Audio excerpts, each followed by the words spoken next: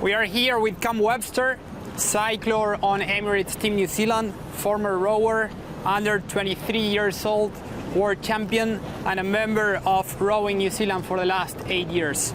Cam, can you please summarize the day for us from a cycler's point of view? Yeah, nice hot day out there today. Reasonable amount of pressure on us today to get our job done, but overall very standard day on the boat. Yeah, nice and hot. Nice to get used to the conditions here in Barcelona compared to New Zealand. Yeah, pretty standard day.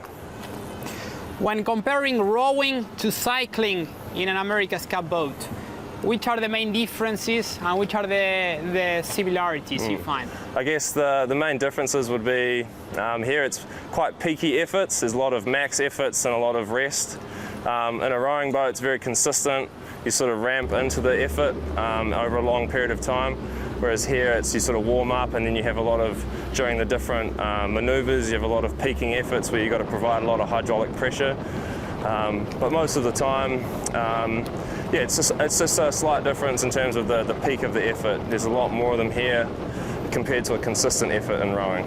And when comparing to rowing, in rowing, synchronization between all the rowers, it's very important. Like in a quadruple scull, you have to stretch your legs at the same time all together, and you also need to pull the row at the same time. Are you doing something similar here on the boat? Are you pushing the pedals all together at the same time, or you are independently cycling on your bike?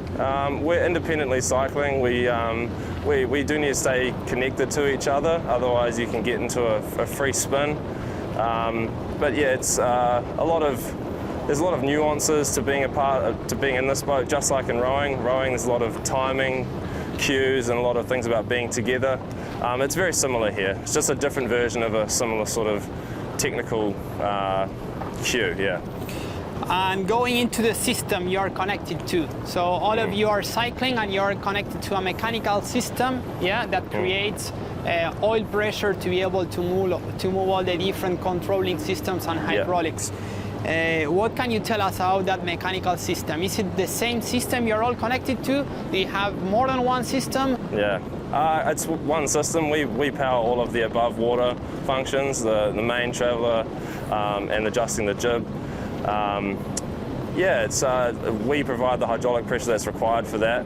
And as I said before, at times it's a lot harder than others, depending on how many functions the boys in the helmet and the flight controller are requiring. But yeah, mainly it's yeah, just building the hydraulic pressure for the boys in the main parts. So summarizing this technical part, all of you are cycling independently, and it's not like if you were sitting in a tandem bike. No, yes, yeah, cycling independently, yeah. Last question, and when talking about the different parameters you control, which ones are you looking at the most? You see the heart rate, cadence, how many calories you burn? Yeah. We can have access to power and heart rate and cadence. We try and link up together at a specific cadence. That's to ensure that we don't overspin each other. Most of the time we're pretty good at that. We have our individual heart rates to ensure that we're not going too far and gassing ourselves out early in the day. Yeah, so power, heart rate, not many others individually, yeah. Okay, thank you very much. No worries, thank you.